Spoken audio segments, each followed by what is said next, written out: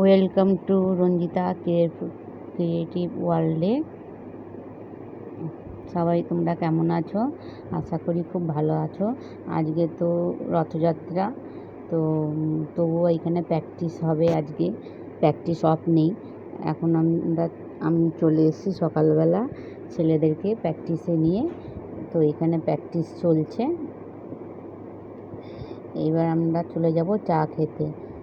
এবার আমরা চলে যাচ্ছি চা খেতে এখানে চন্দননগর গঞ্জে। এবার চা খাওয়া হয়ে গেছে। এবার এখানে একটুখানি আশেপাশে সব ঘুরে দেখে নিচ্ছি। এখানে কত ছোট ছোট জগন্নাথ সব ঠাকুর মেলা বসেছে। এবার সব আজকে রথযাত্রার জন্য সব মেলা বসে গেছে, মানে এখনও বসছে। সকালবেলা যেহেতু সব কেউ দোকান খুলছে, এখনও পুরোপুরি বসেনি। এখানে কিছু জিনিস এখানে সব গাছ ফাছ নিয়ে আছে।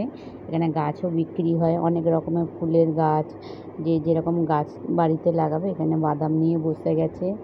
কিছু খেলনার দোকান আছে। এখানে মেলা এখনও বসছে সকালবেলা। এখন সকাল ওই 8টা বাজে। 8টার সময় সব দোকান আস্তে আস্তে খুলছে। এখন আমরা সব চা খেয়ে হাঁটতে শুরু করে দিয়েছি। এখন আমরা যাচ্ছি রথ দেখতে যাচ্ছি লক্ষ্মীগঞ্জ বাজারের রথের। এখানে মেলা, এই যে কিছু কিছু কি সুন্দর লাগছে দেখতে চারিপাশটা। আর এত সকালেই ভিড় হয়ে গেছে চারিপাশটা, মানে আমি কি বলবো। বিকেলে তো প্রচণ্ড বীভৎস ভিড়, মানে চোখে না দেখলে সেটা করা যায় না। এই যে আমরা চলে এসেছি এখন রথের কাছে। দেখুন পুলিশও অনেক দিয়ে দিয়েছে এখানে। এখানে কিছু সব লোক এসছে, অনেকে লোক দেখছে বিশাল বড় রথটা। তো এখানে তিরপল টাঙিয়ে রেখেছে, তার কারণ এখানে জগন্নাথ, সুভদ্রা, বলরামকে নামিয়ে রথ থেকে ওইখানে সামনে পুজো হচ্ছে খুব ভালো করে।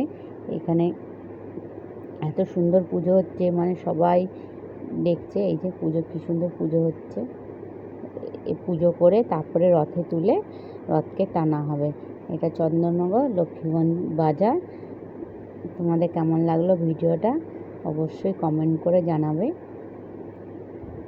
আজকে সবাইকে শুভ রথযাত্রা শুভেচ্ছা রইল।